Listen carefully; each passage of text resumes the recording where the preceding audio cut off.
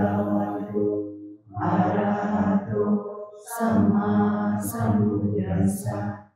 Namo tassa Bhagavato Arahato Sama Sambuddhassa. Namo tassa Bhagavato Arahato Sama Sambuddhassa. Itu kini udara rasa sama Om. Jadi hari ini saya lanjut Buddha dan rasa sama Om. Actually, Sangha also means supporting. Sangha also means because of like a terrorism or many other meanings. Summary also can consider Sangha. Anyway, here which understand courage or support.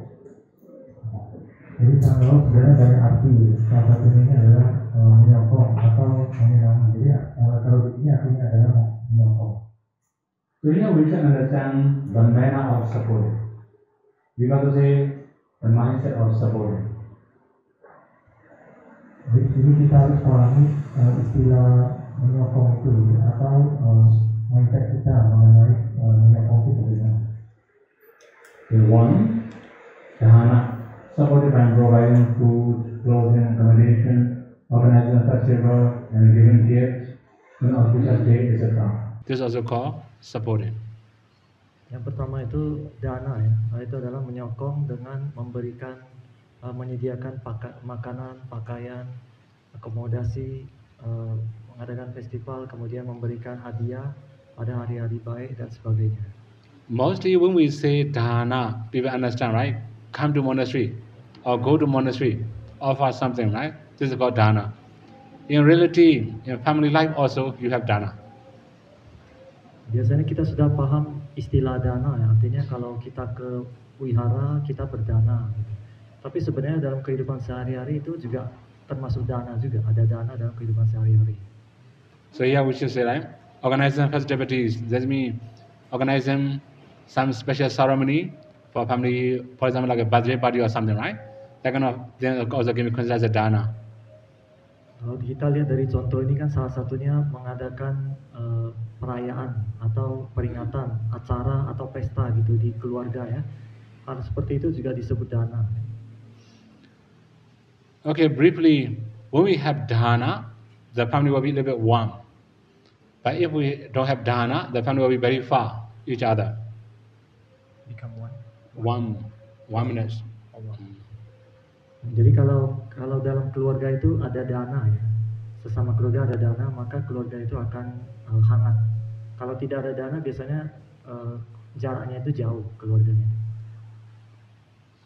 Good. That means, yeah, in the sense of dana, we can understand two different things.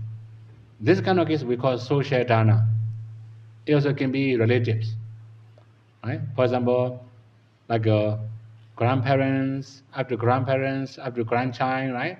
There can be many events, especially like birthday, right? As well as I remember in Mandalay, one of my devotees, they have many birthday, father birthday, grandfather birthday, mother birthday, many birthday after grandchild.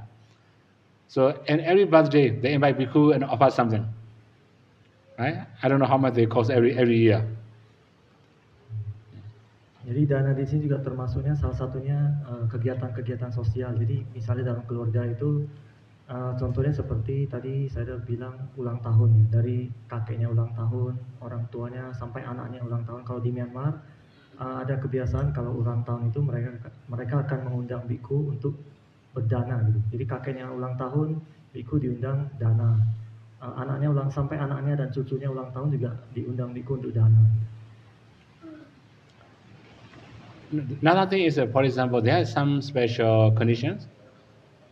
Okay, traditionally, like for example, parents do some dana, then all the like children and grandchildren, some or they also follow. This is one case. Another thing is like for example, son or daughter also do some dana. And similarly, father, grandfather, they also accompany them. This kind of dana is a really very warmness, very warm family. Right? That means if we have sharing in the community or in the family, the family is a bit closer. If no sharing, it becomes very far. Jadi saya kasih contoh lain lagi, misalnya dana dari orang tua kepada anaknya, atau dari kakek kepada cucunya dan sebagainya ya, atau sebaliknya dari dari anak kepada orang tua atau dari cucu kepada kakek, dan artinya dalam keluarga itu mereka ada kebiasaan berdana, saling berbagi. Kalau ada kebiasaan seperti itu biasanya hubungan keluarga itu jadi erat, jadi hangat ya. Tapi kalau tidak saling berdana dalam keluarga itu biasanya hubungan keluarga itu jauh, tidak erat maksudnya gitu ya. Another Beya Waja, speaking with loving and endearing words. Yang kedua itu peyawaja. Peyawaja itu artinya berbicara dengan kata-kata yang manis dan lembut, yang menyenangkan. Actually, we have many different types of abusive words, but here it will be too long. I'm going to explain in detail. So sometimes, like two different family name, for example, right?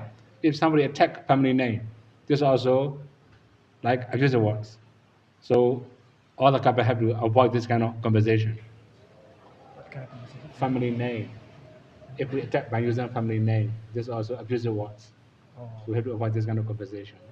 family name. Family name. I don't understand. You don't have family name in Indonesia? Family name have By attacking family name. Huh? attacking family name. Okay, for example, Attacking family name. how many family name in Indonesia? Many. Many. Okay.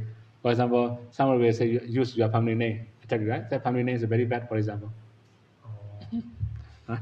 Apa ya maksudnya? Jadi maksudnya di sini sebenarnya banyak contoh untuk kata-kata yang seperti ini, tapi saya tidak akan jelaskan semuanya. Tadi saya bilang yang harus dihindari adalah kalau misalnya kita menyerang marga, apa sih?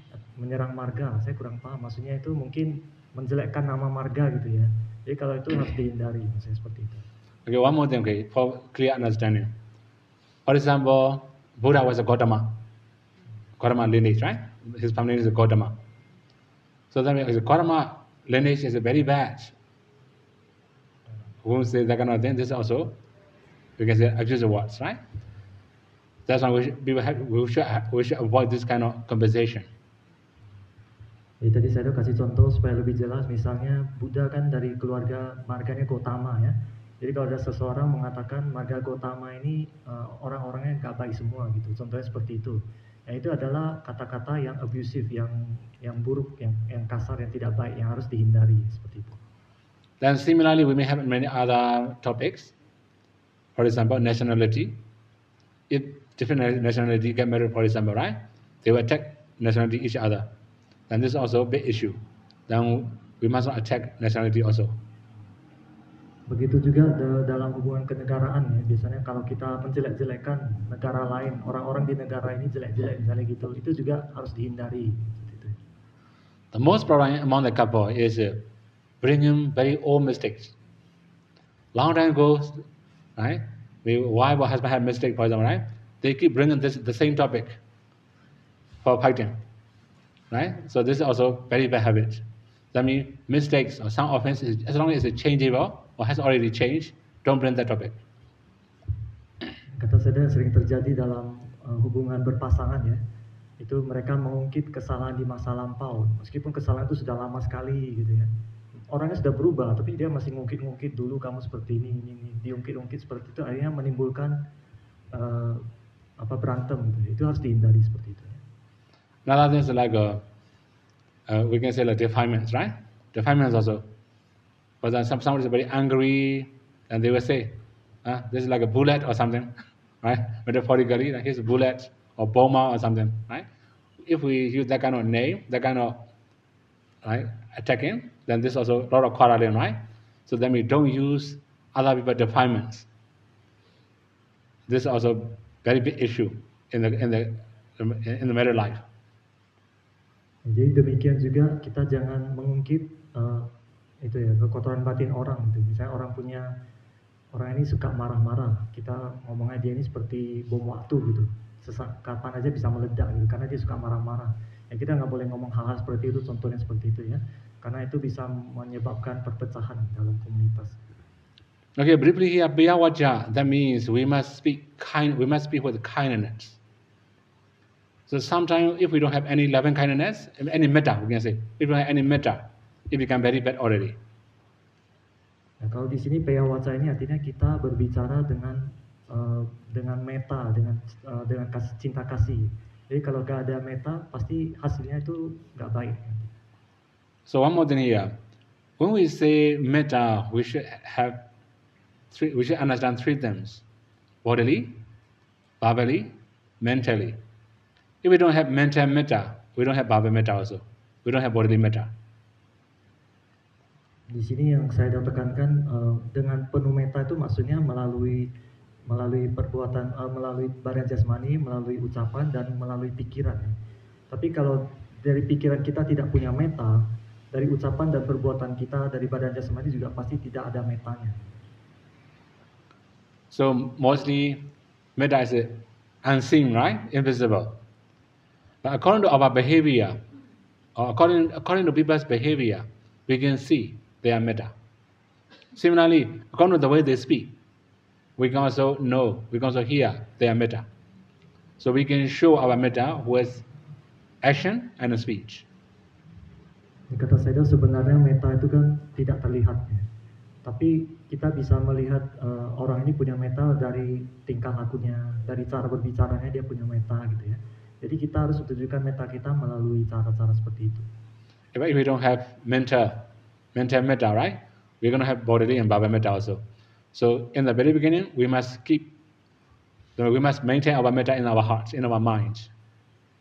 Jadi artinya kalau kita tidak punya meta di dalam batin kita, nanti tingkah laku kita dan cara berbicara kita juga tidak punya meta. Oleh karena itu kita harus mempertahankan meta di dalam batin kita supaya kita bisa berbicara dan punya tingkah laku yang penuh dengan meta. Okay, now the next one. Attachariya, practicing behaviors that bring benefits in this life and the next. Yang ketiga, attacariya, artinya adalah melatih kebiasaan yang bisa membawa manfaat di kehidupan ini dan kehidupan selanjutnya. Okay, that means we must have a good behavior for the good of this very life, for the good of future life. Jadi maksudnya kalau Anda punya kebiasaan yang baik, itu nanti manfaatnya untuk kehidupan ini dan kehidupan yang akan datang. Okay, here in this case we should understand a few more things. When we say attachariya, right, actually if we say benefits, it must be kusala. As long as it's kusala, it will be beneficial for both wife and husband, or including children. Jadi kalau berbicara mengenai attacariya, kita harus pahami ya, di sini maksudnya itu supaya bisa bermanfaat itu pasti harus kusala. Jadi kalau dia punya kusala nanti manfaatnya bisa untuk pasangan suami istri atau bahkan bisa ke anak juga bermanfaat. So for example, Bodhisattva case. Right? So Bodhisattva have 3 atta. The first one is Bodhacharya. He practiced to attain Buddhahood or to know the truth. This is how Bodhisattva drew atta, benefits. Kita bisa lihat contoh dari Bodhisattva kita ya. Buddha itu punya 3 atta ya. Yang pertama itu adalah Buddhacharya. Ini adalah karena Bodhisattva berjuang untuk menjadi seorang sama Buddha. If we say Buddha, mostly we understand like is a right, blessed one or enlightened one. We understand like that, right? Yeah, the meaning Buddha means know him or understanding the truth. If we know the truth, we can have. If we don't know the truth, we cannot have anymore. Help. If we know the helping. Help. Helping. Jadi yang biasanya kita ketahui Buddha ini adalah seorang yang tercerahkan ya, tapi sebenarnya arti Buddha adalah yang mengetahui kebenaran ya. Jadi artinya kalau kita tidak tahu kebenaran maka kita tidak bisa bantu. Kalau kita tahu kebenaran maka kita bisa membantu. And not only that, the Buddha also practiced Nyatacharya for the welfare of relatives. This is also his, we can say, atami benefit, right? For the benefit of his relatives. Similarly, we can also do for the welfare of our own relatives. This is also called one of the attachariya. Kemudian atta yang kedua dari Bodhisattva itu adalah nyata tacaria, artinya beliau tuh berlatih demi kesejahteraan keluarganya, anggota keluarganya. Seperti kita juga bisa seperti itu, kita bisa melakukan hal-hal yang bisa bermanfaat bagi anggota keluarga juga.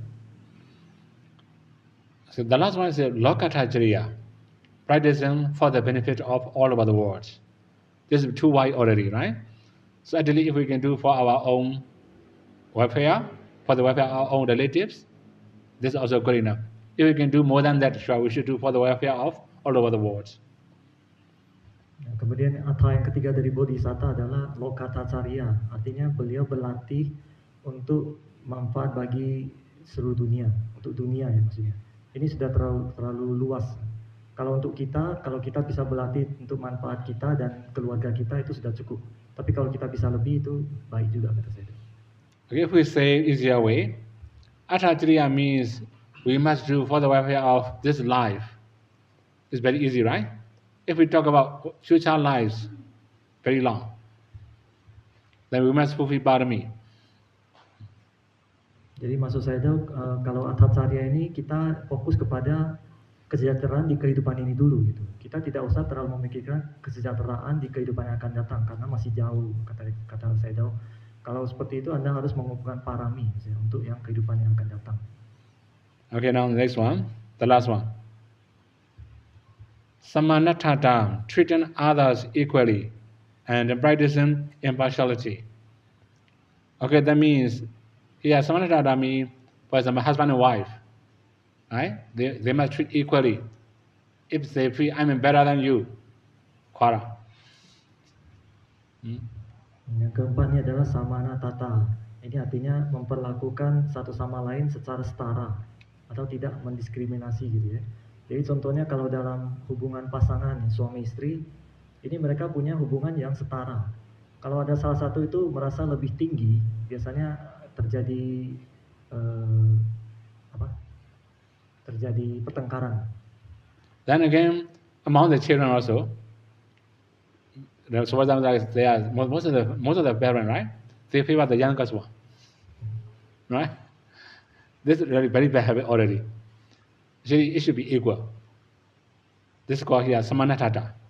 If they favor one of them very much, then all the children will feel unfair. Right? They will not respect their parents too much. So if we want to get respect from our new generation, we must do everything equally. Begitu juga kepada orang tua kepada anak-anaknya ya, harus memperlakukan anak-anaknya secara adil dan setara. Biasanya yang terjadi orang tua itu lebih memperhatikan anak yang paling kecil, yang paling bungsu gitu. Nah, kalau itu terjadi nanti anak yang lain akan merasa orang tuanya tidak adil. Artinya akan terjadi pertengkaran di situ. Jadi untuk apalagi zaman sekarang kata saya itu orang tua harus memperlakukan anaknya secara adil dan setara gitu supaya bisa harmonis. Okay, if we summarize, here we have 4 ways to support. We also summarize. Some of them are bodily action, some of them are speech, some of them are our mindset, come from our mind. For example, samanatata, it comes from our mind. If we love everybody equally, so it will be equal. If we love partially, it will become partial. Jadi kalau kalau kita tarik kesimpulan, berarti ada 4 cara ini untuk menyokong ya. Jadi bisa menyokong 4 cara ini melalui badan jasmani, melalui ucapan dan melalui pikiran. Contoh yang melalui pikirannya adalah yang keempat ini, samanatata yang tadi, yang artinya memperlakukan semuanya itu secara setara dan adil. Ya. Itu harus dari pikiran. Kalau dari pikiran kita memperlakukan semua secara adil, maka kita akan melakukan hal yang itu. Tapi kalau dari batin kita, pikiran kita sudah tidak adil, kita juga akan tidak adil. Okay, these are Uddhadara Sangho. Okay, a few more steps we have to know about 4 types of couples. Jadi yang tadi adalah penjelasan mengenai Uttadarasa Sanggaho. Kemudian selanjutnya ada 4 jenis pasangan yang menikah. So now we can learn some of them are not that easy to support, right? You can know in this 4 types of couple. 1, Chavo Chavaya Sadim Samvasati. A Raj man living with a Raj woman. Both husband and wife have poor immoral conduct. Yang pertama ini jenis pasangan yang pertama, seorang laki-laki yang buruk ya, tinggal bersama seorang wanita yang buruk. Artinya suami dan istrinya punya moralitas yang buruk, yang tidak baik. Okay, here in this kind of case, you can understand 5 precepts very easily, right? So both of them are breaking precept together. Kalau di kasus ini berarti kedua-duanya ya, suami istri mereka sama-sama ya, selalu melanggar 5 sila. Sometimes they have competition. Who can break precept more, right? Bahkan mereka bisa bersaing, siapa yang lebih melanggar sila lebih banyak. Actually, according to Myanmar tradition, most of the women they don't take alcohol actually. Now modern generations are a little bit different. They take alcohol. They drink also. Then sometimes competition. That's what I know, right? One day when I was in Yangon, just I'm passing by. One of my classmates said, "Can you see that lady? Why? No, she can drink more than men." So let me. How you know that? You know, one of his kapiya had competition with the lady. He was defeated. Right?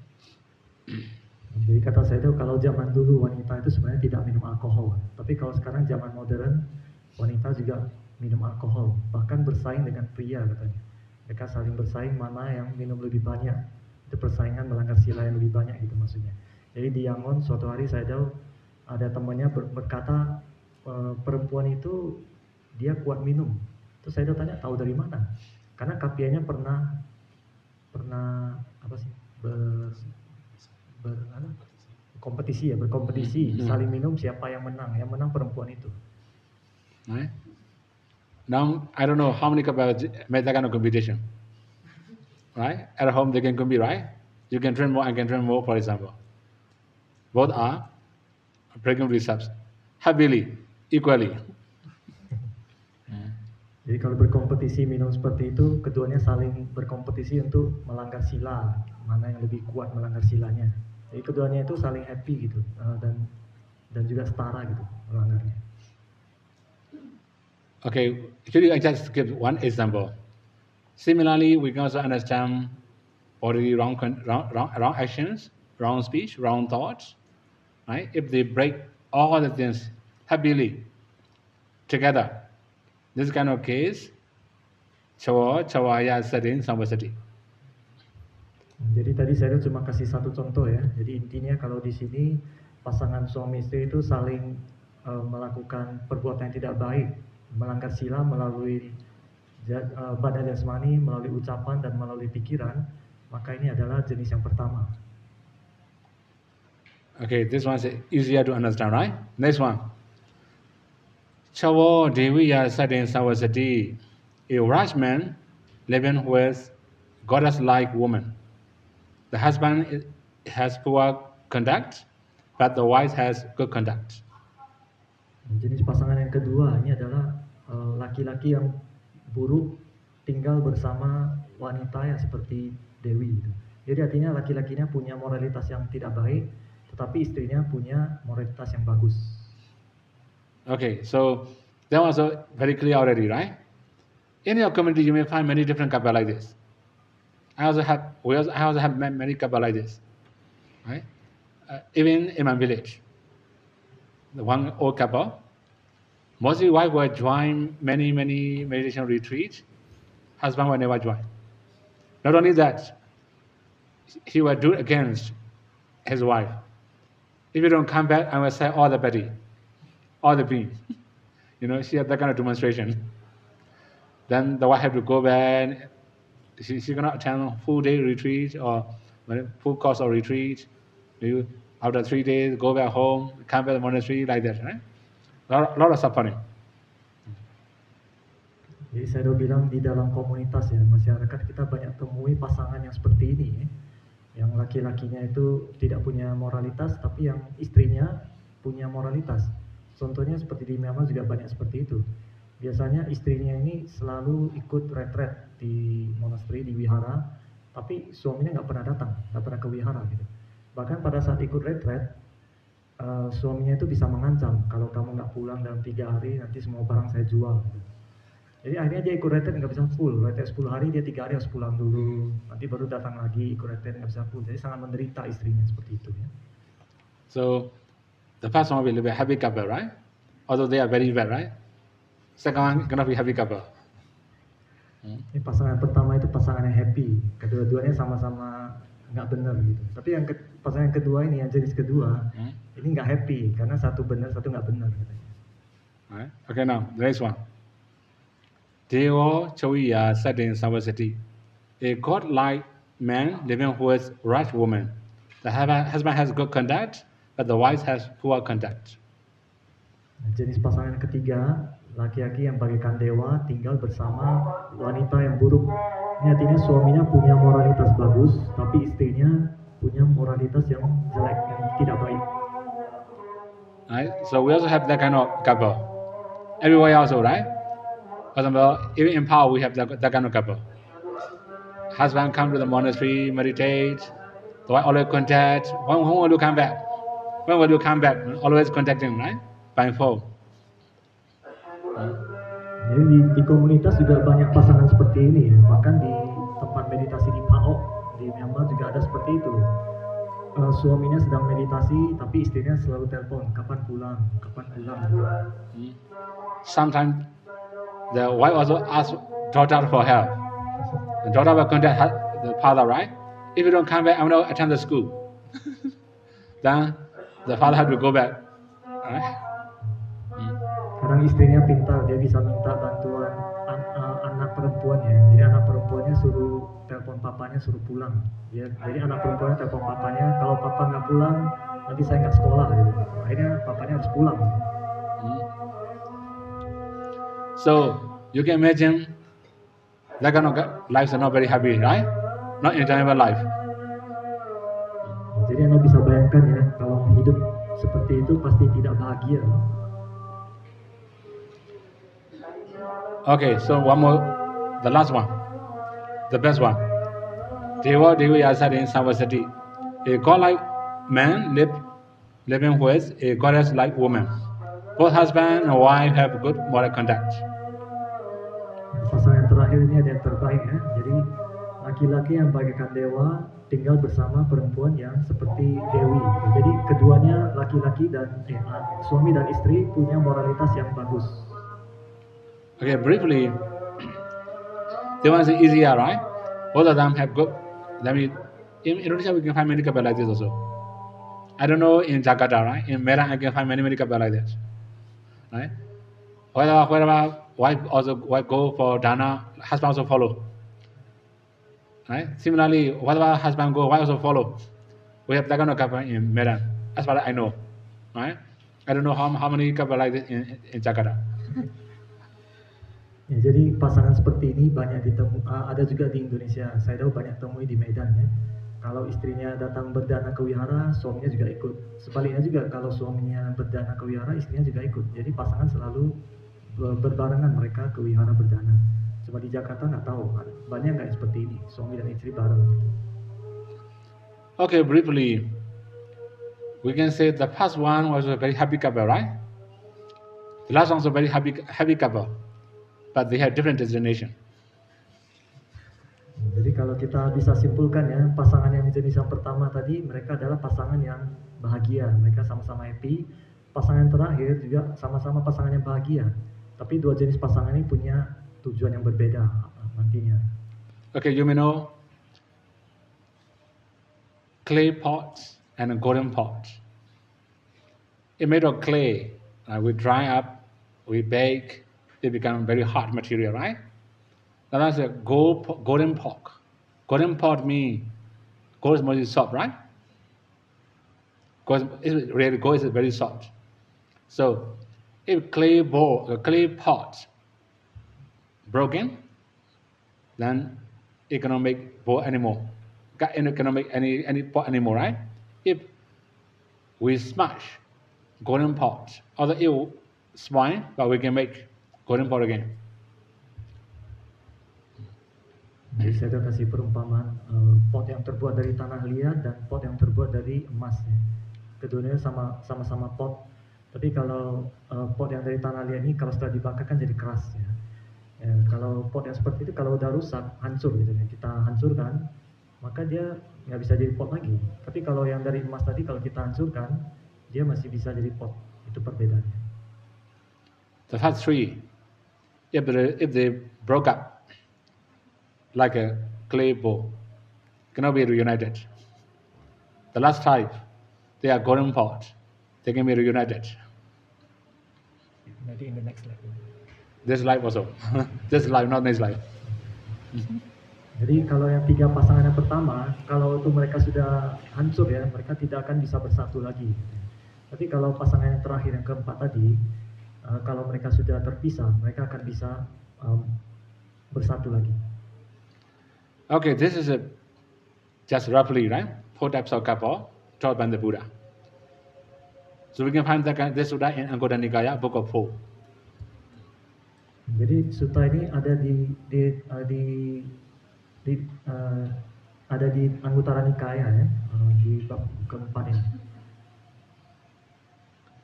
Okay, now we have 4 qualities that should be equal in a couple. Ada 4 jenis kualitas yang harus setara dalam pasangan. So, okay, we have some questions everywhere. So when they are young, they make aspiration together. I have met one lady in Malaysia. Now she don't wish to be with her husband anymore.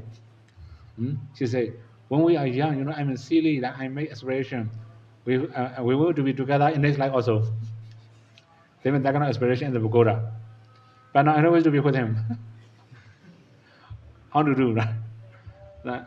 I cannot say anything, right? It's karma, we cannot say, right? You can see each other, you cannot see each other.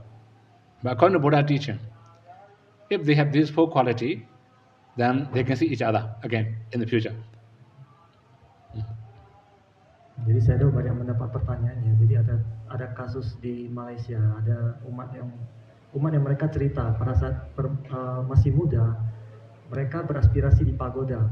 Saya mau kita menjadi pasangan di kehidupan ini dan kehidupan selanjutnya. Tapi sekarang ini sudah berapa tahun dia nggak mau lagi gitu. Dia bilang ke saya nggak mau lagi sama dia. Harus gimana? Saya juga bingung. Kalau sudah kama kan nggak bisa apa-apa. Tapi kalau menurut ajaran Buddha, kalau punya 4 kualitas yang setara ini, mereka akan bersama di kehidupan ini dan kehidupan selanjutnya. Okay, now we should start with the first one. Sama sada, equal in faith. Yang pertama itu sama sada, setara dalam keyakinan. So here we should say sadami, confidence, or we can also say conviction or anything, right? The main thing is that if we use Pali word, it will be much better, sada. Because if we translate into English, people can misunderstand. Di sini nih sada ya, kalau diterjemahkan ke dalam bahasa Inggris mungkin bisa disalahartikan, keyakinan atau tadi apa? Confidence. Jadi lebih bagus pakai bahasa Pali, sada. Kita juga paham ya sada ya. Okay, I should explain a few more things about sada. Sada can make mind clear and pure.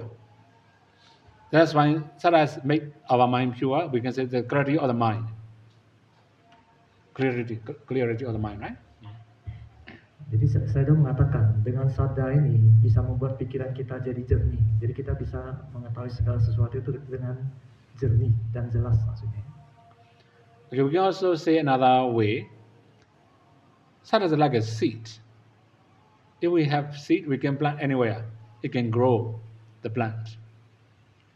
Similarly, when we have sada, then we can also do dana respectfully. Sila respectfully. Samadhi also respectfully. No discount. Jadi kita juga bisa mengatakan kalau sada itu bagaikan benih ya. Kalau kita punya benih, kita bisa tanam di mana aja. Jadi kalau kita punya sada, yang tadi benih itu, maka kita bisa melatih sila dengan penuh hormat, melatih samadhi dan melatihnya dengan penuh hormat tanpa diskon. Actually, we have many discount, right? I don't know Indonesian culture. In Myanmar, we have 1 day Upasatha. It's okay. This is, we can say, good culture, right? Sometimes only half day Upasatha. The half day means only before night, right? Only whole day Upasatha. At night, they can watch TV, they can have dinner. So that means they don't need to follow Vikala Bhojana and Nachakita Varita because of half day, right? Jadi saya cerita mengenai diskon ini ya. Saya tidak tahu kebiasaan di Indonesia itu bagaimana, tapi di Myanmar ada yang seperti itu. Ada yang melatih uposatha itu 1 hari penuh, kalau itu bagus ya, artinya dia full. Tapi ada yang melatih uposatha itu setengah hari. Jadi pagi dan siang mereka latih uposatha, tapi malamnya itu mereka makan malam, nonton TV gitu. Itu sudah diskon. Gitu. So you can imagine how strong their sada. Jadi dengan seperti itu kita bisa membayangkan sada mereka itu seberapa kuat sih. Right? Even the discount, the duration, right? Half day, not 1 day. Jadi durasi latihan mereka juga didiskon setengah hari, bukannya 1 hari full. Okay, the main thing is, if we have sada, we will do everything respectfully, as taught by the Buddha. If we don't have sada, we may have a lot of complaint. We will find the way to make mistakes. Jadi di sini intinya adalah kalau kita punya sada, maka kita akan melakukan mengikuti ajaran Buddha itu dengan penuh hormat gitu. Tapi kalau kita sadanya nggak kuat, kita akan selalu mencari alasan gitu untuk tidak mengikuti kata-kata Buddha. Okay, in your community you may find many people like that, right? Only mindfulness is more important. Mindfulness is always needed. If you have mindfulness, you don't need to follow sila, samadhi or anything. Just to be mindful. Right? That means they reduce many quality. No need sila, no need samadhi, just mindfulness. It sounds good, right? But not the result. What we went, or you're going to get the result as taught by the Buddha. Jadi di dalam umat Buddhis, umat Aum juga seperti itu. Umat Buddhis ada yang mengatakan kita hanya perlu melatih sati aja, perhatian penuh aja. Tidak perlu melatih sila, samadhi, itu tidak penting. Hanya dengan melatih sati aja kita boleh gitu. Itu sudah diskon sebenarnya. Karena Buddha mengajarkan kita harus melatih sila, samadhi, panya semua ya. Jadi kalau kita hanya melatih sesuatu yang diskon, nanti manfaat yang kita dapatkan itu juga tidak penuh, akan didiskon juga. Then, okay, sila also can be considered as a hand. We have a hand, right? So when we are going to climb up a mountain where there are many jewelries, if we have one hand, we can get a lot of jewelry. If we have 2 hands, we can get more. Similarly, if we have strong sada, we can get any jewelry. Let me, according to Buddhism, right? We have many jewelries. We can get anything we wish. Jadi saya kasih contoh ya, misalkan kita mendaki gunung ini penuh dengan perhiasan. Tapi kalau kita punya 1 tangan, kita bisa mengambil perhiasan itu dengan 1 tangan itu. Tapi kalau kita punya 2 tangan, kita bisa mengambil lebih banyak perhiasan. Perhiasan ini ibaratnya seperti ajaran Buddha.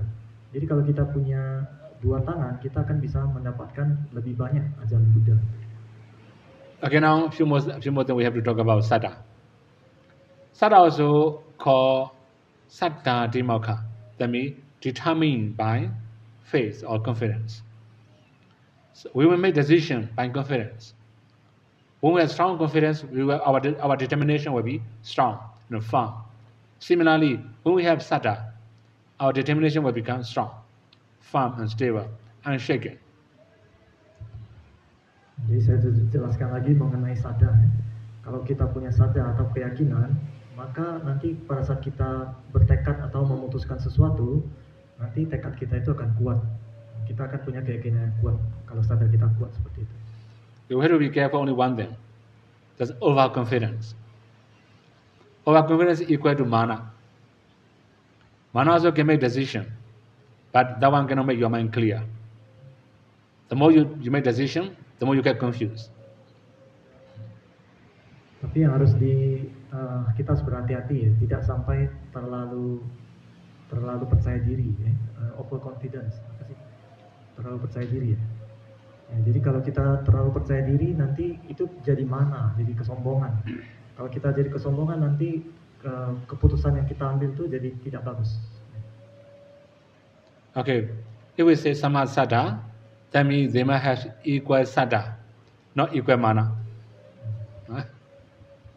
Jadi di sini sama sada ya, dia adalah setara dalam keyakinan, bukan setara dalam kesombongan. Equal mana was fine. Equal sada will be okay. Jadi kalau setara dalam kesombongan itu nggak baik. Tapi kalau setara dalam keyakinan itu bagus. Okay, next one, sama sila, equal in moral conduct. Yang kedua itu sama sila, setara dalam moralitas.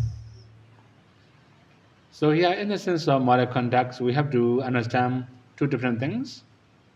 The first one is abstinence. We have to avoid many wrong things. Another thing is responsibilities or duties. We must be able to perform our duties. This is also called sada. This is also called sila. Jadi sila di sini yang dimaksud ada dua jenis ya. Yang pertama adalah sila yang kita melatih diri untuk menghindari, ya, berpantang melakukan ini. Gitu. Yang kedua itu sila yang dimaksud adalah tanggung jawab atau tugas. So before encountering difficulty, we all are moral.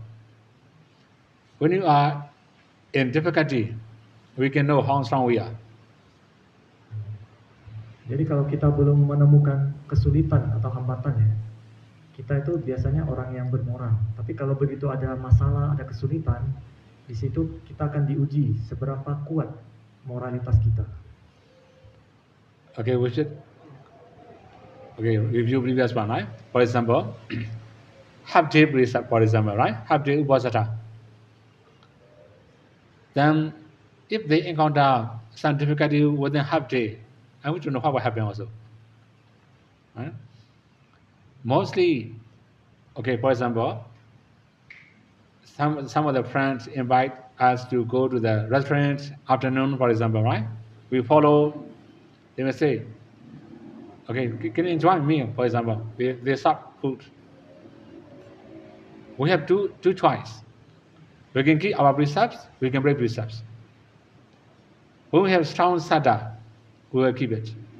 If we have weak sada, we will break it. Jadi saya tuh kasih contoh tadi misalnya yang melatih 8 sila setengah hari. Jadi saya tuh juga nggak tahu kalau orang seperti itu, kalau misalnya dia menemui ujian gitu ya, diuji. Contohnya setelah tengah hari itu ada temannya ngajak ke restoran. Setelah itu dihidangkan makanan, disuruh makan. Dia kan melatih 8 sila setengah hari. Dan itu harusnya kalau dia punya sadarnya kuat, dia pasti nggak makan itu. Tapi kalau sadarnya lemah, dia mungkin akan melanggar silanya. Dia pasti akan 8 sila akan terlanggar, dia akan makan. Gitu ya. So 4 things will test your sila. The first one is a gay, right? So they will test you. They will test your money. Your sila with money, or business, or ane.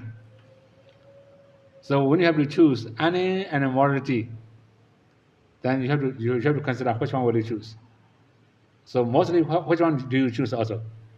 This is the real answer of your morality, your virtues. Jadi ya biasanya moralitas kita diuji oleh 4 hal kata saya itu ya. Yang pertama itu adalah perolehan atau pendapatan. Misalnya uang, harta, proyek misalnya. Jadi kalau saya itu bilang kalau misalnya biasanya kita diuji, kita harus milih dapat uang atau jaga moralitas. So that means many people, their morality will be finished when they have to do some earning. So that means they sell their morality for earning. Ya, jadi banyak kasus seperti itu ya, umat awam mereka banyak pada saat dihadapkan oleh pilihan seperti itu, mereka menjual moralitasnya demi dapat uang. Okay, second one, yasa in Pali. Yasa means it can be attendants, family, relatives, friends.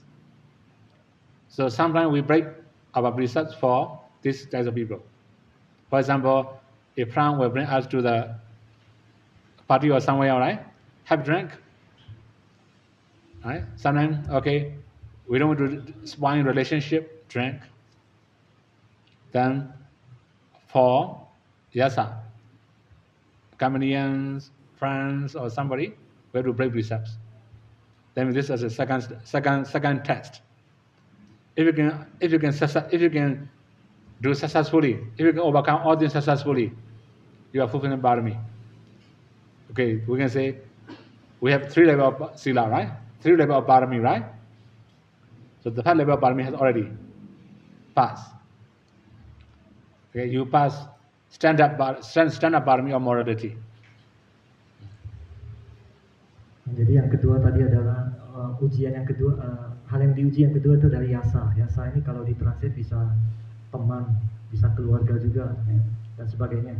Jadi maksudnya biasanya orang demi menjaga hubungan pertemanan, hubungan apa aja lah ya, mereka akan melanggar moralitasnya, melanggar sila demi menjaga hubungan baik gitu ya.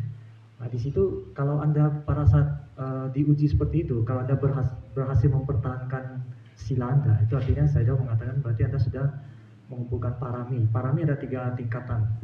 Berarti Anda sudah berhasil mengumpulkan parami tingkatan yang pertama. Okay, now the next one. The next one is Anga. Anga means body parts or limbs. So if we have to sacrifice with our body parts, then do we break or keep observing precepts? Or for example, we have to fight with somebody, right? If we lose, then we have to scramble our hand, for example, right? Then if we defeat him, he will dead, for example. So okay, just scramble with the hand. Don't kill anybody, for example, right? That kind of thing can be considered as a anga, body parts. Then we just sacrifice our body parts. We don't break any precepts. This is called upaparami. Ujian yang ketiga tadi ini adalah angga. Angga ini terjemahnya bagian tubuh. Jadi biasanya kita dihadapkan pilihan kita harus mengorbankan bagian tubuh kita atau menjaga moralitas kita. Contohnya misalnya pada saat kita sedang berantem. Berantem ini kalau kita mengalah, kita harus kehilangan tangan kita contohnya ya. Tapi kalau kita nggak mau kehilangan tangan kita harus menang dari dia harus mati baru kita bisa menang itu. Tapi kalau dia mati tangan kita nggak hilang, tapi moralitas kita rusak gitu. Jadi kalau pada saat itu kita memutuskan, oke, saya mengorbankan tangan saya demi moralitas, berarti itu namanya upaparami, itu adalah parami level kedua. Again, on the last one is life. Very, very risky, right? We have to sacrifice our life for the welfare of other living beings. So in this kind of case, if we dare sacrifice without breaking any precepts, then there can be paramatha parami. Yang keempat itu adalah nyawa atau hidup ya. Jadi kita mengorbankan nyawa kita demi menjaga moralitas gitu. Atau demi manfaat bagi orang lain, demi makhluk lain gitu. Kalau itu yang disebut dengan paramatha parami, yang parami level ketiga. Okay, here we may have many different intentions of observing or undertaking precepts. Sometimes the way we understand or the way we practice will be very far. Then we cannot say samasila, right? If the way we practice, the way we believe is it, we can say similar, then we can say samasila.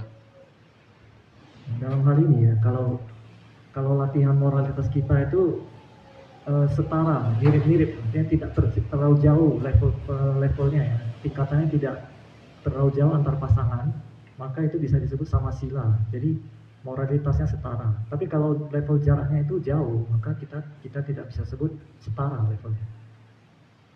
Okay, now we should move next one. Samajaga, equal and generosity. Nah, yang ketiga ini samacaga, setara dalam kedermawanan.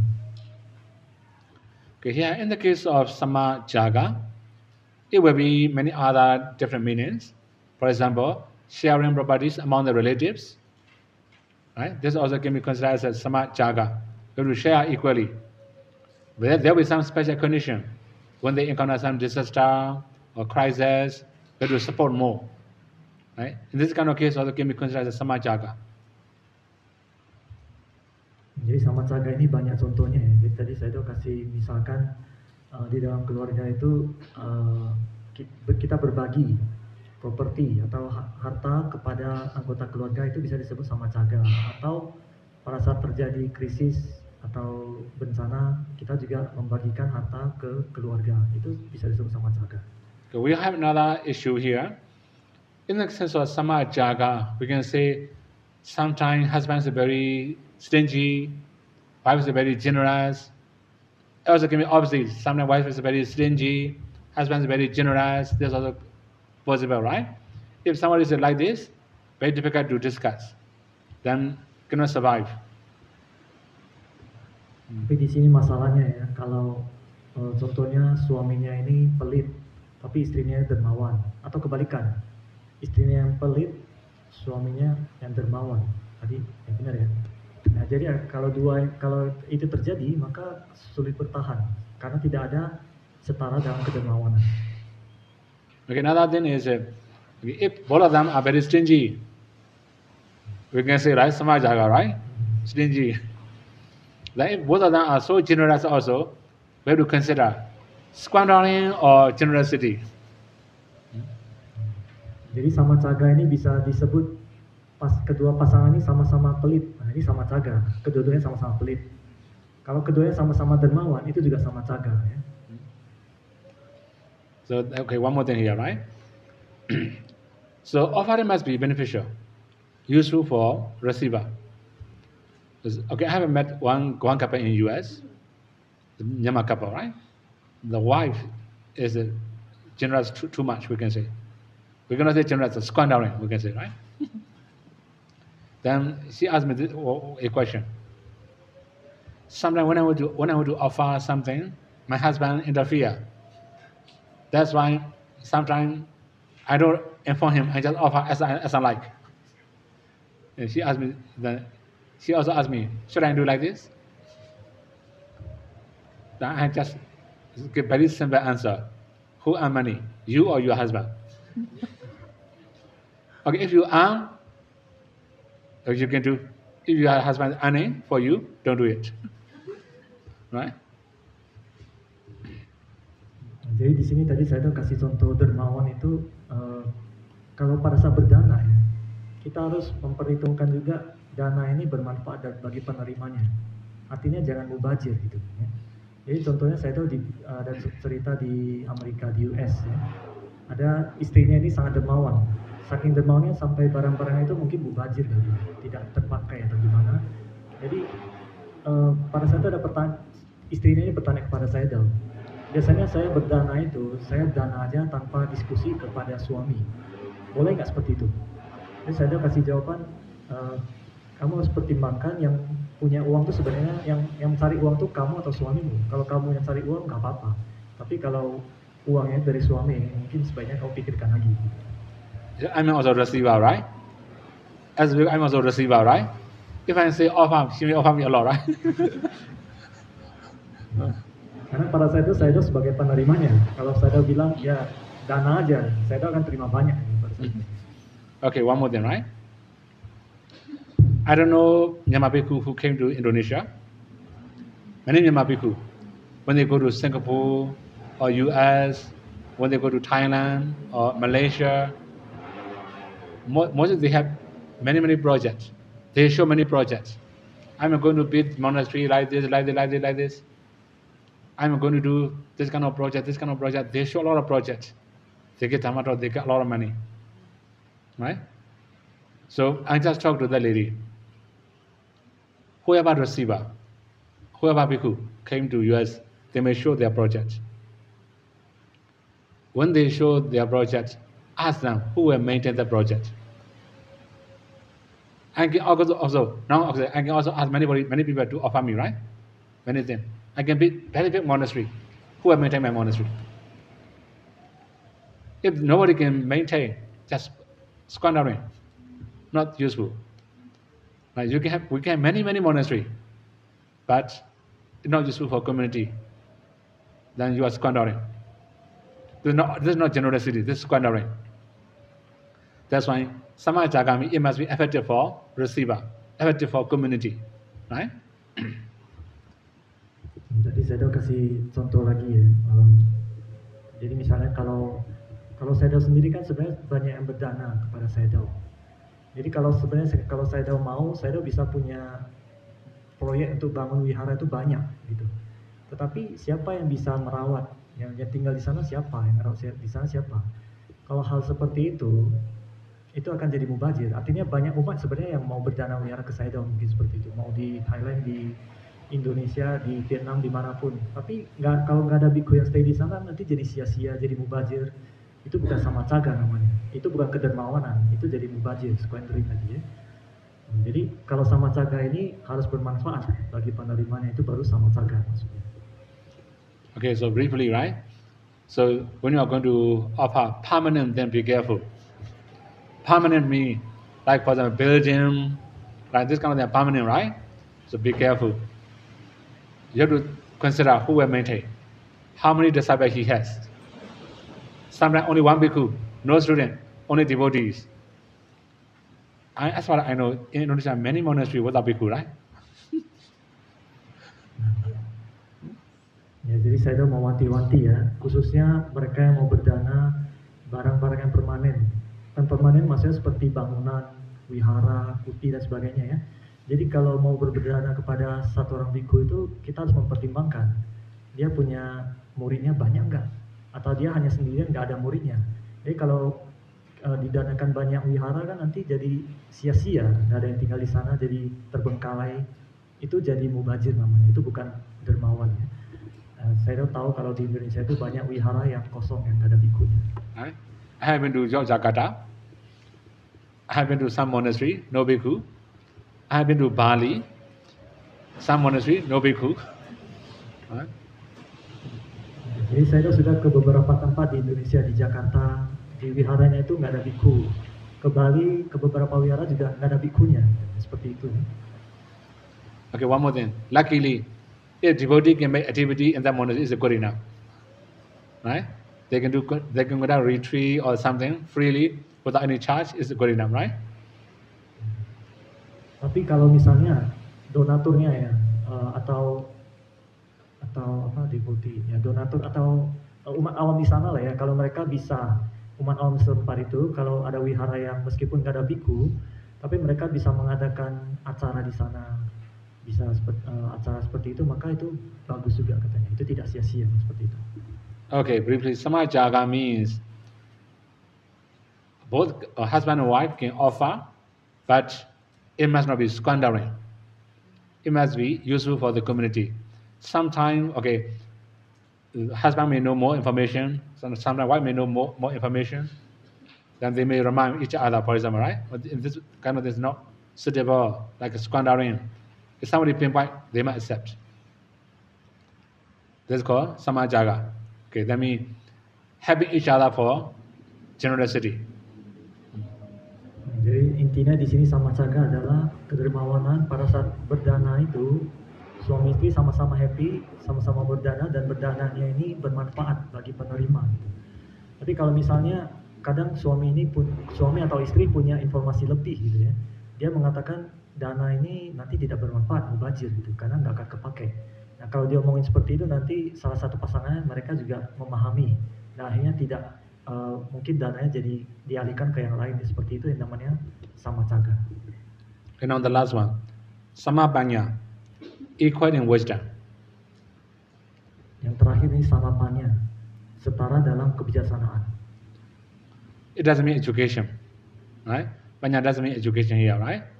Panya means understanding truth and untruth, beneficial and unbeneficial. This is called panya.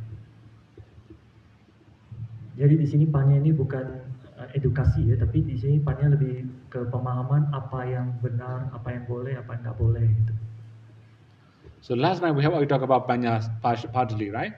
So if we say panya, it will be very, very wide. Last night you may remember Kama Sakara panya up to path and fruition knowledge, right? It will be very wide. Jadi panya ini sebenarnya sangat luas ya, mulai dari yang paling dasar tadi sampai ke panya sampai ke pencapaian buah dan jalan kesucian. Okay, one more thing. As ordinary lay devotees, panya should be simple. Okay, sometimes Buddha also use very simple way of panya. For example, knowing obstacle, obstructions, or difficulties. What kind of thing make you difficult? If you can find out, then this is called wisdom. Tapi untuk umat awam panya di sini panya yang simple aja. Buddha juga kadang mengatakan seperti itu. Panya yang dimaksud di sini adalah kalau kita memahami apa yang menjadi halangan rintangan kita. Kalau kita tahu itu, berarti kita sudah punya kebijaksanaan karena kita tahu akan menjadi halangan kita. So you may have already known the Pali words nivarana. In English, we translate as hindrances. Ya, kalau dalam bahasa Pali itu adalah niwarana, itu adalah rintangan batin kalau terjemahnya. So these are obstacle. Okay, for example, for easy understanding, lobha. Everybody knows the meaning of lobha. Lobha can be obstacle. Of course, lobha also can be beneficial. As long as we are normal, right? Sometimes lobha becomes too much. Lobha also influence people. Then their wisdom become blind. They cannot understand truth and untruth, beneficial and beneficial. When we have that kind of lobha, it will spoil our life. Jadi contohnya saya kasih contoh lagi yang gampang itu, kita semua sudah tahu lobha ya. Lobha ini bisa bermanfaat dan bisa juga tidak bermanfaat ya. Jadi tadi saya mengatakan kalau kita punya lobha yang normal, lobhanya itu normal itu masih bisa bermanfaat. Tapi kalau lobhanya ini berlebihan, itu kadang bisa mempengaruhi batin kita. Kebijaksanaan kita jadi buta. Kalau orang terlalu lobha, biasanya dia tidak tahu mana yang benar, mana yang nggak benar, mana yang pantas, mana yang nggak pantas. Karena dia terlalu serakah gitu. Kalau seperti itu nanti hidupnya akan jadi nggak benar. Similarly, dosa. You all know dosa, right? So dosa also the same. We can get angry, we can quarrel, it doesn't matter. This is not the main problem. So if we hold and grudge, very strong dosa, it becomes very strong hatred.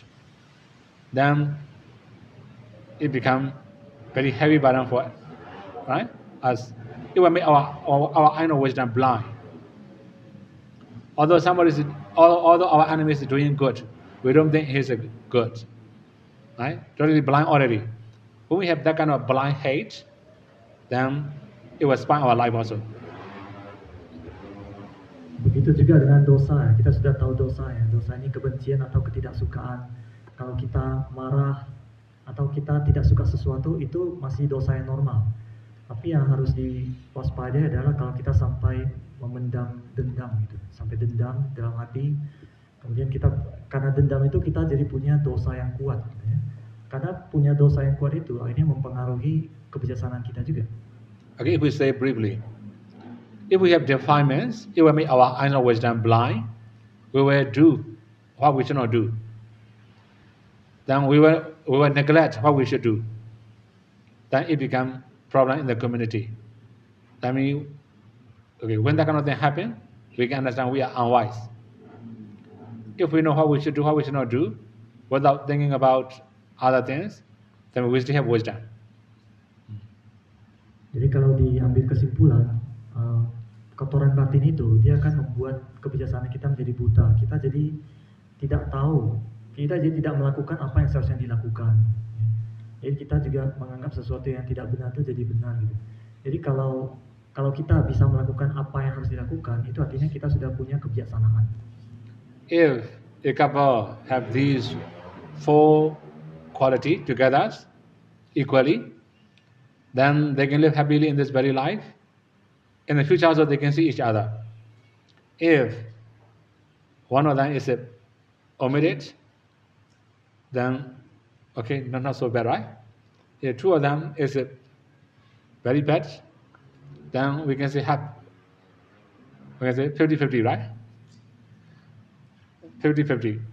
If three of them has gone, no expectation, no hope.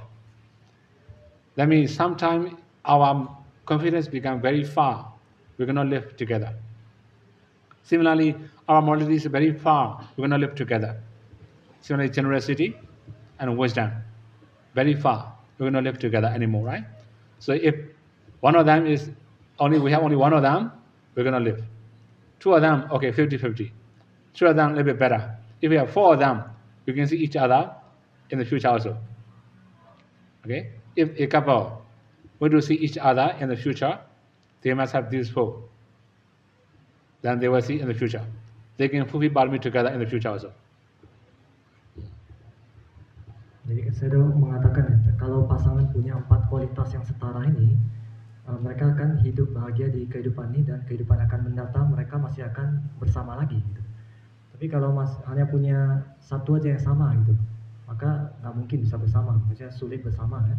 Tapi kalau punya dua mungkin 50-50 ya, masih setengah lah, kemungkinan bersamanya masih setengah.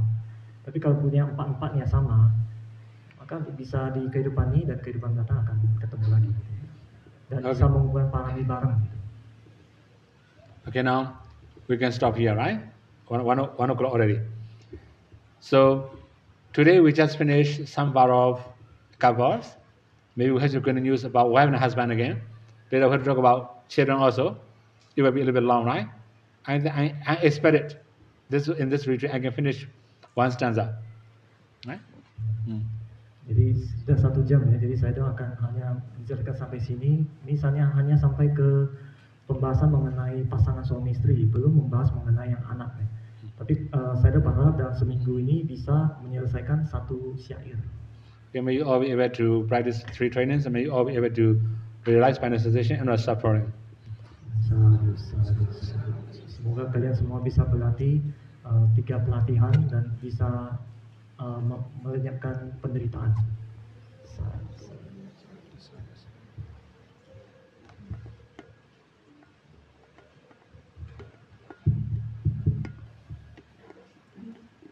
Okay.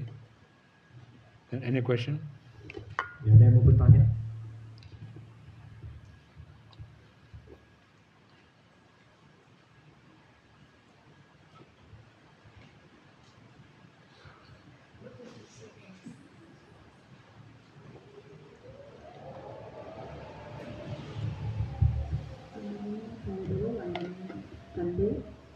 Tadi saya ingin tanya lagi tentang 3 jenis, 3 tingkatan parami. Yang kedua tadi, pertama saya belum terlalu tangkap, yang kedua upa parami, dan yang ketiga paramata parami. Yang pertama tadi belum terlalu jelaskan. He asked about the 3 level parami. The first one, what is the first one? Yeah, sila parami. Sila upa parami, sila paramata parami. Yang pertama sila parami, yang kedua sila upa parami, yang ketiga sila paramata parami. Okay.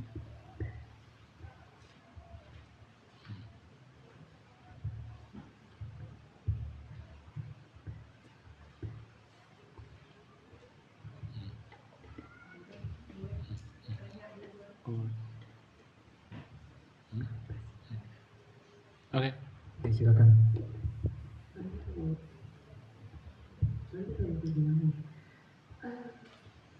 Seandainya sekarang orang tua kita belum percaya dengan dana, terus kita melakukan dana dengan berpikiran untuk dengan berpikiran ini adalah dana dari orang tua. Nah, apakah ini berguna? Maksudnya dalam arti sekarang kita kayak menabung dan berharap suatu saat orang tua ketika beliau udah memahami dan menerima, kita baru kasih lihat gitu. Apakah itu berguna? Jadi pada saat dana sekarang dia belum tahu ya? Belum tahu dan mau.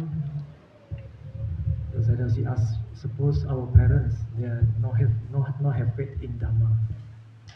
So we as a children we do the dana on behalf of their name, but we not tell them yet. We just keep the list. One day when they have faith in Dhamma, we will show the list. Is that useful or not? Okay, if they can rejoice, it's useful. Right? Sometimes they cannot rejoice over your dana, not that much useful. Right? Okay. Saya mengatakan kalau mereka bisa berbahagia, maka dana itu akan bermanfaat. Tapi kalau mereka tidak bahagia, itu dana itu tidak bermanfaat.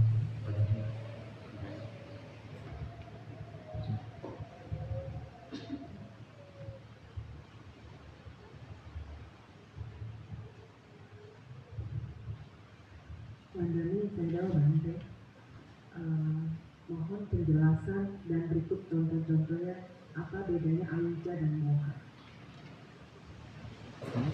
What is the difference between awija and moha? She asked about the example. Okay. Grammatically, they are different, but according to Adamaic sense, they are the same. Right? Jadi secara grammar itu mereka berbeda. Tapi secara arti sebenarnya itu mereka sama, artinya itu sama, hanya secara grammarnya berbeda. Okay, so that means if we say moha, right? We can say we translate like delusion. But when we use avijja, and avijja means knowledge, means no knowledge, no wisdom, and that means this is called avijja, right? So grammatically we can say it is different. But according to Adamaic sense, they have the same things. Both of them will cover Four Noble Truths, cause and effect relationship. Right? Jadi saya kasih contoh tadi, terjemahan dari moha, delusi. Delusi ini ketidaktahuan. Sedangkan awija ini dua kata, a dan wija. A ini kan tidak, wija ini tahu, tidak tahu artinya tidak bijaksana. Jadi artinya secara grammar aja mereka berbeda, tapi secara arti sebenarnya mereka itu sama. Karena mereka itu awija dan moha ini sama-sama menutupi 4 kebenaran mulia, sama-sama menutupi hubungan sebab akibat gitu. Okay.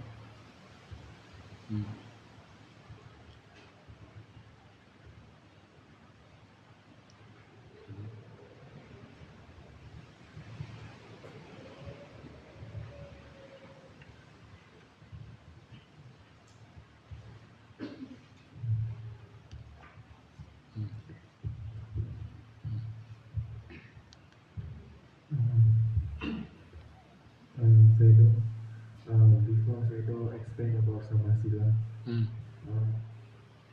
if I wasn't wrong, Sayadaw said there are 4 things that could break our sila, but Sayadaw just explained it to gain and attendance, yasa.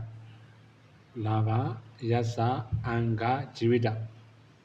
Anga means body part, jivita means life, right? Oh, okay.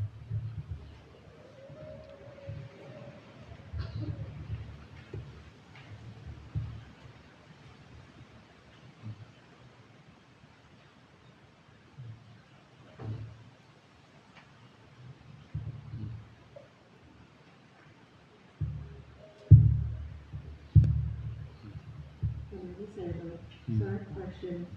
Sayadaw explained that to be able like couples to be able to meet again, they need to have the 4 qualities equal, right? Or about equal. So if that's the case, why there is the type of couple and the husband and the wife, the type number 2 and 3, which is the husband is bad, but the wife is good, and vice versa. It means that they don't have the equal qualities, right? Sure. But why in reality there is that type number 2 and number 3? What causes that? Only this life, they cannot experience future life. Right? And coincidence maybe, right? So the type number 2, number 3 is in this life. Yeah. But for the future life, if they have a different level of qualities, they will not meet again. Sure. Okay. So for the lady, the case for the Malaysia lady that saying the aspiration, the only thing that she can do to be not meet this life husband is to differentiate the level of qualities. Sure. That's the only. Now already different already, right? They're gonna see each other as you're very sure. Okay. So the second question is about Translate dulu. sorry, but Translate ke saya. Okay.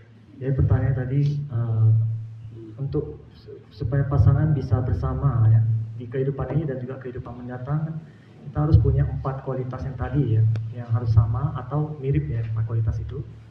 Tapi kenapa ada pasangan jenis kedua dan ketiga yang suaminya baik, istrinya nggak baik, atau kebalikannya ya, tapi mereka masih bisa bersama di satu kehidupan ini?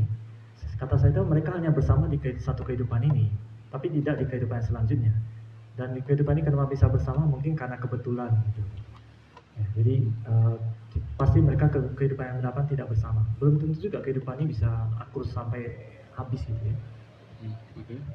So the second question is about the Sayadaw said that the wife and the husband, right? Because they different in the chakra level, so that the husband, the wife wants to offer Sayadaw, but then or other receiver, but then the husband interferes at Dana. Is this the case? Is this included in Punyadaraya? Okay, we cannot say Punyadaraya, right? In the case of Punyadaraya, it must be affected Dana. In the case of, in the sense of Dana, right? Dana, okay, I should say Dana Parami. Okay? In the case of Dana Parami, it must be beneficial.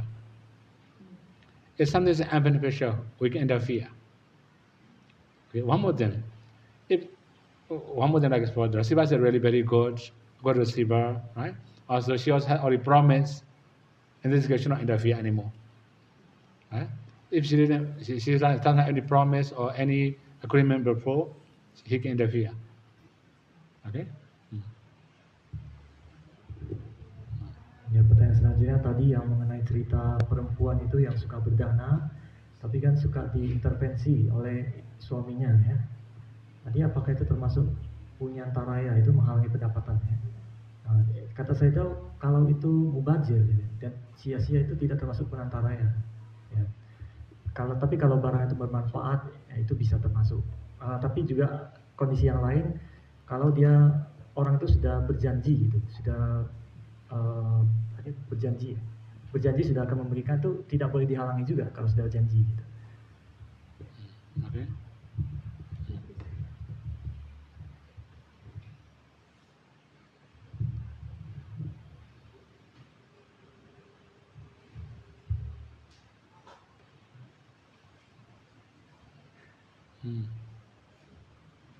Okay.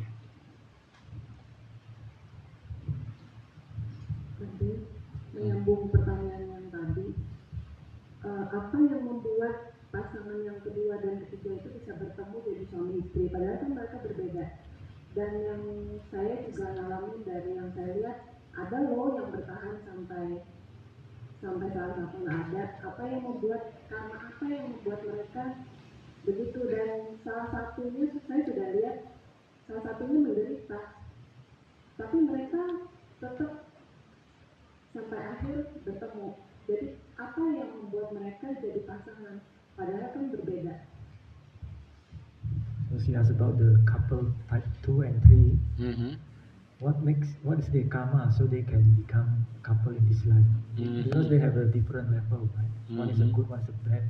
She has one of her friend couple also like that. One is very suffering, but they can until the end. They can live until the end. Okay. We don't know how many times they have done dana together, right? So sometimes, because aspiration is also possible, right? Past aspiration, right? So maybe long time aspiration, maybe, right? This life they see to each other. Okay, now we are doing dana together, right? In the future, we can see each other again. As long as we have that the same morality, the same saddha, right? We can see each other again. So anyway, they may have done some dana together in the past. That's fine. They have to see each other again. Okay, but the qualities levels are very far. That's when they cannot be happy. Ya, jadi saya mengatakan saya tidak tahu mereka sudah melakukan dana bersama berapa kali gitu. Atau bisa juga disebabkan oleh aspirasi di kehidupan sebelumnya gitu. Sebagai contoh kita yang di sini, misalnya kalau kita sama-sama di sini ada di sini berdana bareng-bareng gitu ya. Dan kalau kita punya level yang setara 4 itu ya, itu kita akan ketemu lagi di kehidupan yang akan mendatang, akan ketemu lagi. Cuma jadi apa kita nggak tahu. Jadi kita tidak bisa ngomong kama apa. Maybe rejoice and share a merit, maybe, right? Somebody share merit, rejoice. This can be one of the karma to see each other again. Atau pada saat melimpahkan jasa kebajikan, kita ikut berbahagia, itu bisa jadi karma yang bisa membuat kita ketemu satu sama lain. Okay. Okay, now one more question here. Later. Okay. Saya lihat dulu saya. She asked, right? That's okay.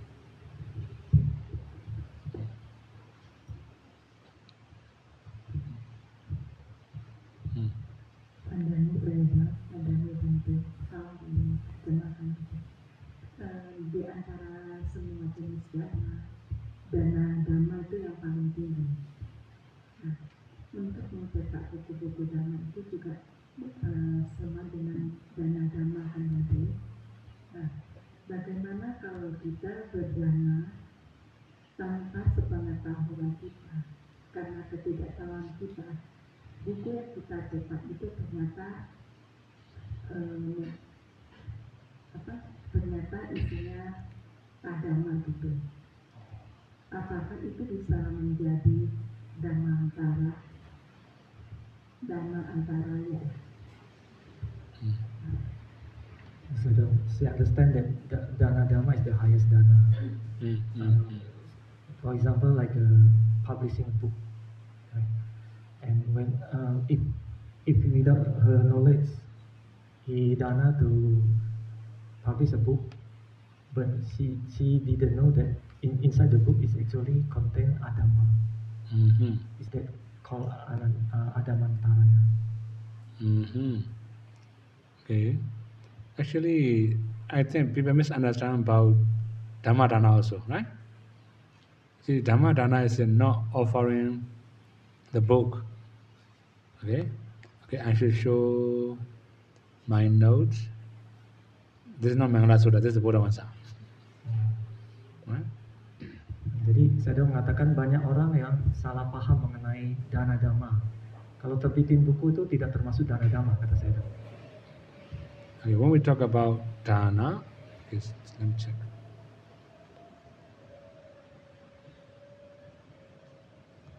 You can see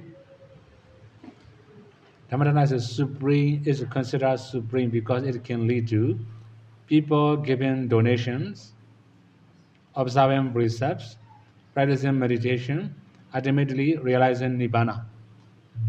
Okay? So, if your dana can lead that kind of things, it's called Dhamma Dana. Jadi yang disebut dana dhamma itu adalah dana dhamma yang bisa menuntun kepada yang pertama ya, tolak ukurnya bisa membuat orang ikut berdana gitu. Bisa mengajak orang berdana yang pertama, yang kedua bisa mengajak orang untuk melatih sila, yang ketiga melatih meditasi, yang keempat pada akhirnya bisa merealisasi nibbana. Kalau ada salah satu dari empat ini itu baru termasuk dana dhamma.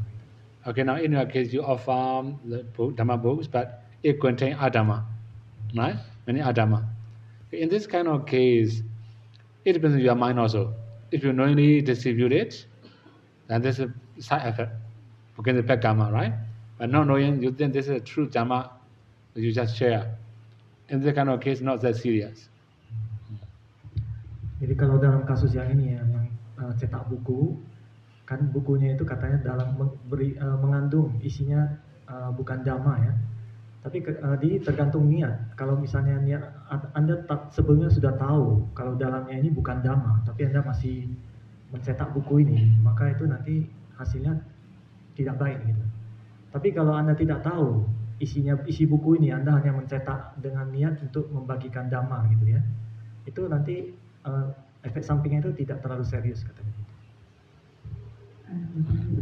Okay, now question here.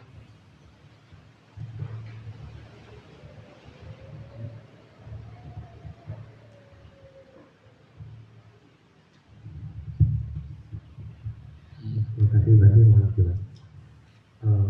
Menyambung pertanyaannya tadi tentang pasangan yang tidak sesuai. Kadang dalam masyarakat ada pandangan hubungan suami istri itu adalah hutang karma. Jadi ada hutang karma di kehidupan lampau sehingga harus bertemu di kehidupan ini, walaupun terjadi penderitaan dalam rumah tangga itu salah satu ataupun yang menyeleweng kehidupan tidak bahagia. Nah, bagaimana pandangan yang sebenarnya, Bante?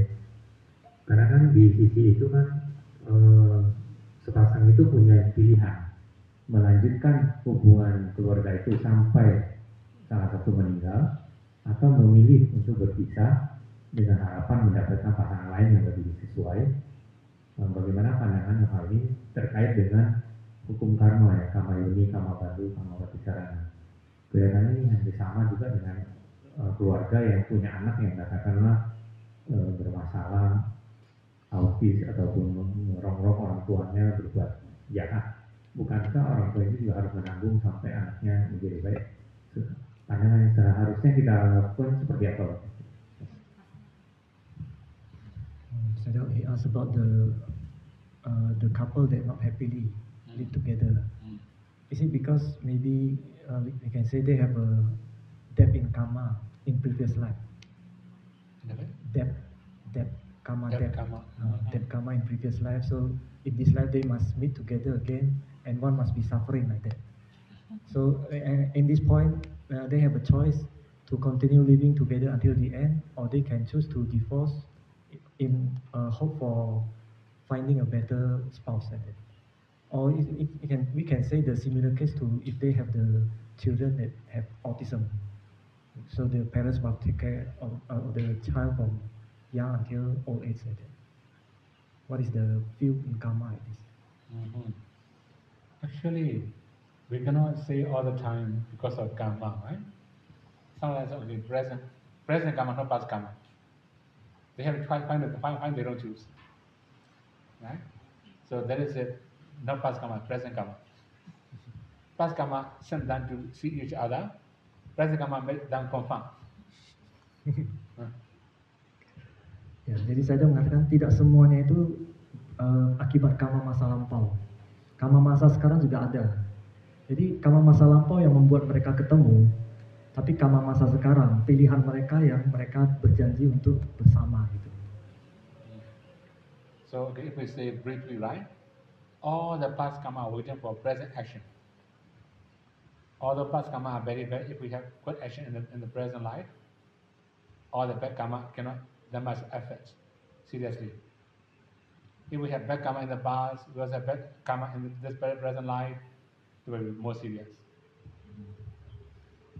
Jadi kalau disimpulkan ya, semua karma dari kehidupan masa lampau kita itu menunggu aksi pilihan kita di sekarang ini, kehidupan sekarang ini. Jadi kalau kita sudah punya buah karma masa lampau dan kemudian di kehidupan yang sekarang kita juga melakukan karma yang buruk, maka itu hasilnya akan buruk banget gitu. Tapi kalau kita di kehidupan sekarang ini kita melakukan hal yang baik, maka buah karma dari masa lampau itu tidak terlalu buruk akibatnya. Gitu. Jadi ada pilihan kita di kehidupan ini. Okay. Okay. One question here.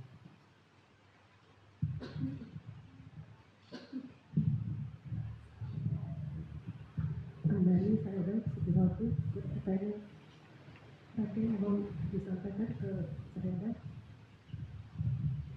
Kemarin saya menjelaskan tentang anak kandung mereka yang setelah menjadi sotapana, setelah itu meninggal menjadi arhat. Nanti menjadi arhatnya setelah meninggal. Nah, ini buku yang pernah saya baca, terbitan Karania, judulnya saya jawab dengan Bante Dhamma Surya Bumi. Di dalam buku tersebut ada yang menanyakan apakah ada arahat di dunia ini. Lalu Bante tersebut menjawab tidak ada. Nah, kami sangat terkejut gitu Bante. Kenapa? Karena di mana di negara Thailand yang kami ketahui banyak diyakini adanya arahat.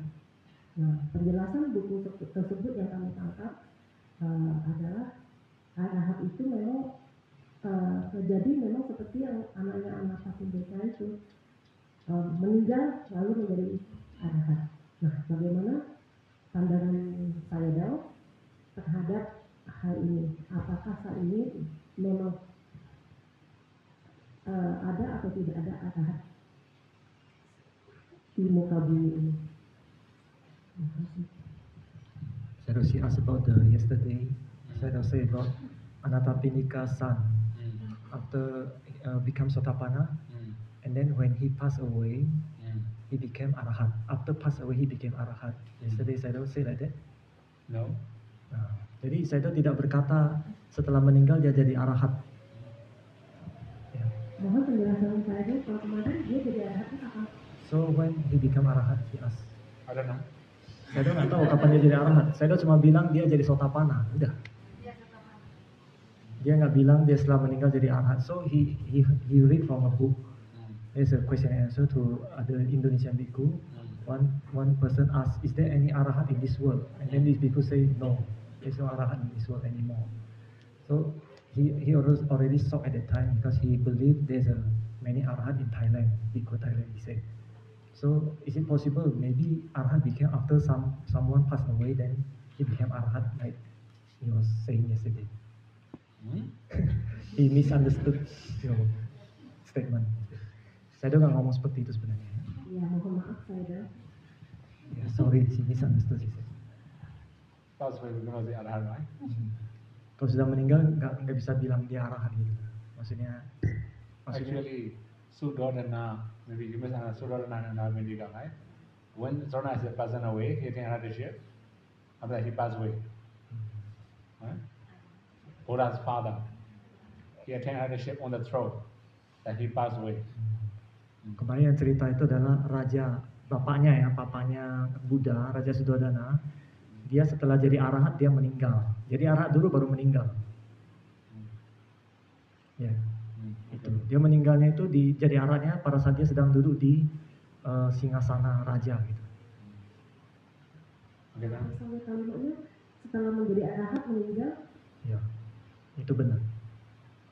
Oh, jadi gini Bante, berdasarkan buku yang kami baca itu begini.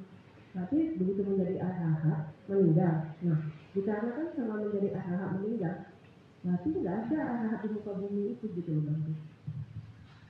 So she said because after becoming arahat then you will pass away. So that's why no arahat in this world. Is that correct? I don't know how you understand, right? Tapi pertanyaan selanjutnya, apakah menurut pandangannya saya Dok, apakah ada arahat di muka bumi ini saat ini? So now he asks you question, is there any arahat now in this world? The Buddha said, as long as there's a practitioners, there's arahat in this world. Buddha mengatakan selama masih ada yang berlatih sila samadhipanya, di dunia ini masih ada arahat. Itu banyak saja. Okay, then. Samira. Samanera.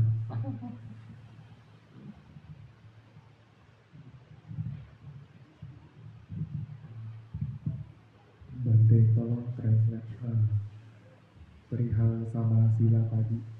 Itu dilihat dari kualitas pasangannya jalan sila, dalam artian waktu mungkin bisa jadi nggak sama Bante jumlah silanya. Anggaplah suaminya 8 sila, istrinya 5, atau misal suaminya jadi biku, istrinya jadi syai. Itu dilihat dari kuantitas sila yang mereka observe atau kualitas, maksudnya kayak keteguhan waktu jalani. So he asked about the samasila between male and female in samana life. the quality is different. Quantity of sila is different. For example, if the husband become bhikkhu, then the sila is 227. And if they become silent, only 10. So we can say that sama sila of the quality of the sila. Actually, we cannot say 10 also. Right? For example, Sikya rules. If Sally can follow Sikya rules, then this also possible, right? Similarly, there's the Kanakavata duties. So if Sally can fulfill duties, her own duties in the monastery, those can be considered as a Kanakavata, right? That is why it depends on how she practices morality. We can say they can be equal, right? Ya, jadi bukan dari jumlahnya ya. Tapi menurut saya tadi saya udah bilang bukan cuma 10 aja. Kalau mereka melatih Sekya juga sudah lebih dari 70-an ya. Kemudian ada tadi Wata juga dilatih ya. Jadi yang penting adalah bagaimana dia menjalankan sila itu. Seberapa teguhnya itu ya. Seberapa kuatnya dia tidak melanggar sila itu. Gitu. Okay.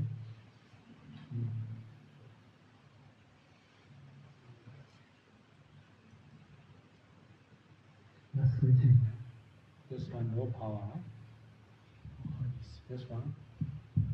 Oh, battery low back. No power.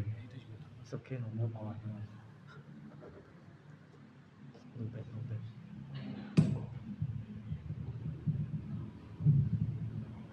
Last question. Okay.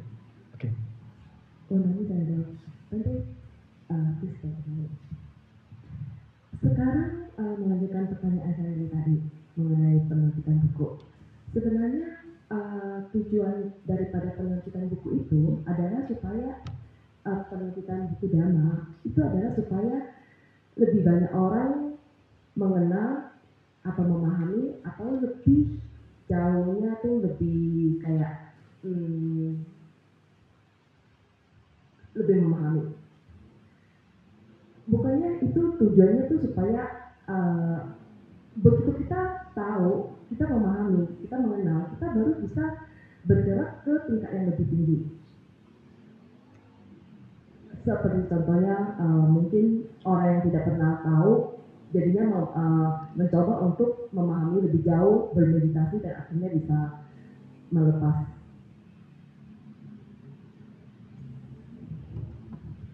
So she asked about the book, the Dhamma book.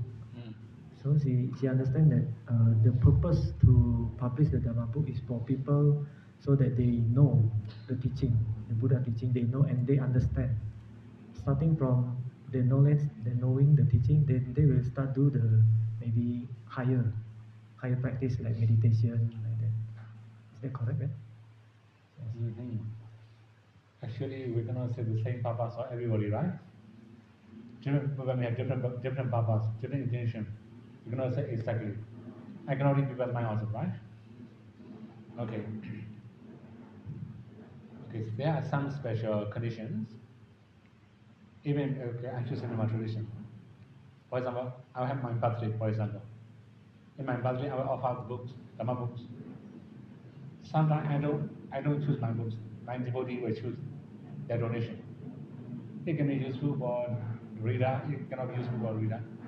It can be their choice, right?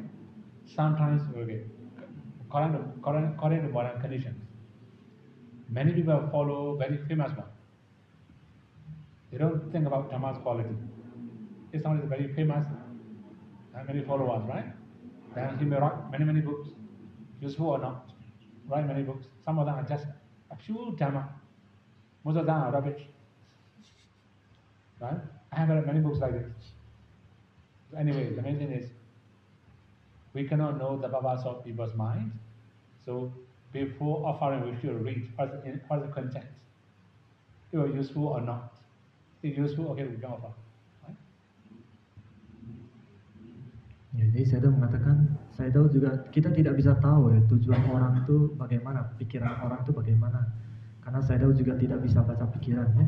Jadi tadi Sayadaw kasih contoh di Myanmar itu biasanya kalau Sayadaw ulang tahun, donaturnya itu biasanya mereka yang akan mencetakkan buku gitu untuk Sayadaw gitu. Nah, masalahnya kalau di Myanmar itu ya orang-orang itu punya kecenderungan mereka senang ikut orang yang terkenal itu, biku-biku yang terkenal. Mereka tidak tahu apakah ajarannya benar apa enggak, yang penting orangnya terkenal, mereka banyak pengikutnya gitu. Jadi dia banyak menulis buku. Dan kata saya tahu ya, buku-buku yang ditulis orang-orang yang hanya terkenal itu damanya itu sedikit, banyakkan tuh isinya itu bukan dhamma gitu ya, tidak ada hubungannya dengan dhamma maksudnya ya. Nah, jadi saya tahu banyak buku seperti itu. Jadi kita tidak tahu tujuan orang pada saat mencetak buku itu apa. Jadi sebaiknya pada saat menulis buku ya, pada saat menulis buku itu orang tujuannya apa. Sebaiknya sebelum Anda mencetak buku itu Anda tahu isinya apa. Itu lebih penting karena kalau buku itu bermanfaat itu baru lebih bagus nanti hasilnya. Ya. Okay. And that's all. That's all. Okay.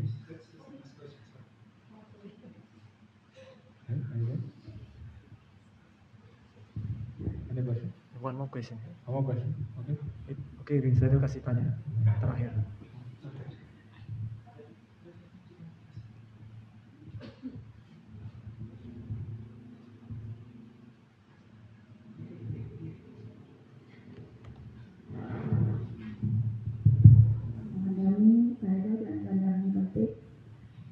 Saya tertarik dengan kata yang tadi Angga, bahwa salah satu paranami adalah mengorbankan bagian tubuh atau yang kedua atau menyita nyawa. Bagaimana pandangan Buddha dalam agama Buddha bila seseorang dihadapkan situasi yang mana jika dia tidak melakukan perlawanan, yang berakibat menghilangkan nyawa orang lain, artinya dia akan kehilangan nyawa sendiri.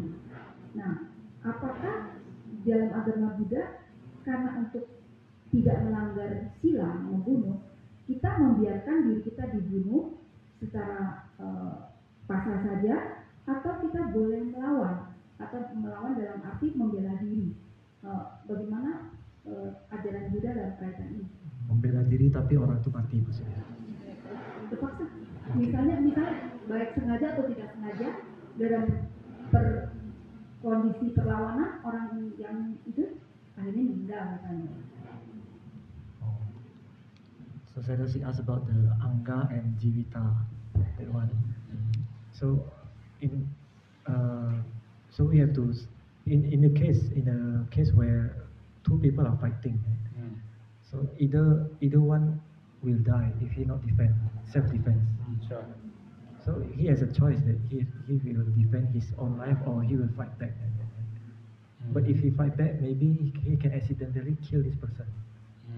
So what is the view in Buddhism? Is it killing or not? While self-defense. Okay, one more thing, right? In the case of Bhikkhu Patimokkha, okay, that means we just defend ourselves, but by accident somebody died, it's not parajika. Okay? It doesn't mean it's not Panatipata also. Right? So that means, okay, according to the law, criminal law also, when you defend, by accident somebody died, it's not killing. There is another rules, right? That's why it depends on mind. Killing comes from the mind, not from the action. Okay? So, okay. You may remember the factor of Panatipata? No. Okay, Panatipata. So you can see?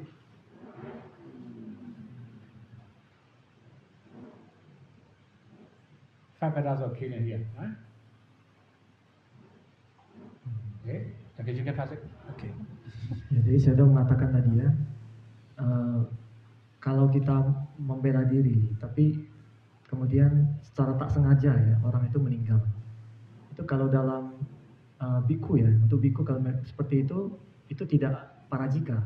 Tapi bukan berarti itu bukan panatipata gitu. Itu tergantung dari niat kita. Pada saat kita membela diri, apakah ada niat terselip sedikit nggak pengen orang ini mati gitu. Ada sedikit aja, itu sudah panatipata gitu. Jadi kalau seperti itu, kalau dalam hukum ya, hukum masyarakat, mungkin ada mereka hukumnya kalau membela diri itu meskipun orang itu meninggal kita membela diri itu nggak apa-apa. Ada beberapa negara hukumnya seperti itu ya, tidak dihukum. Tapi kalau kita lihat dari faktor panatipata ada 5 ya, faktor pembunuhan. Yang pertama itu ada makhluk hidup. Ya, yang pertama, kemudian yang kedua, seseorang ya, artinya kita itu tahu kalau ini adalah makhluk yang hidup, makhluk yang hidup ya. Yang ketiga, ada niat untuk membunuh, meskipun sedikit ya, sekilas ada niat untuk membunuh. Yang keempat, ada usaha melakukan pembunuhan itu. Dan yang kelima, makhluknya itu mati. Nah, kalau 5 faktor ini ada semua, itu termasuk pelanggaran panatipata. Okay.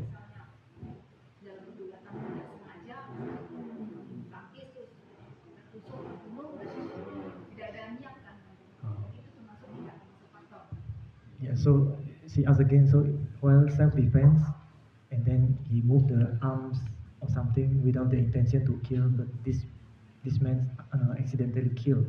It's not panatipata. It's not panatipata, sure. Yeah. Okay. Okay, finish it. Okay, now Okay, finish. you can share my room, right? Okay.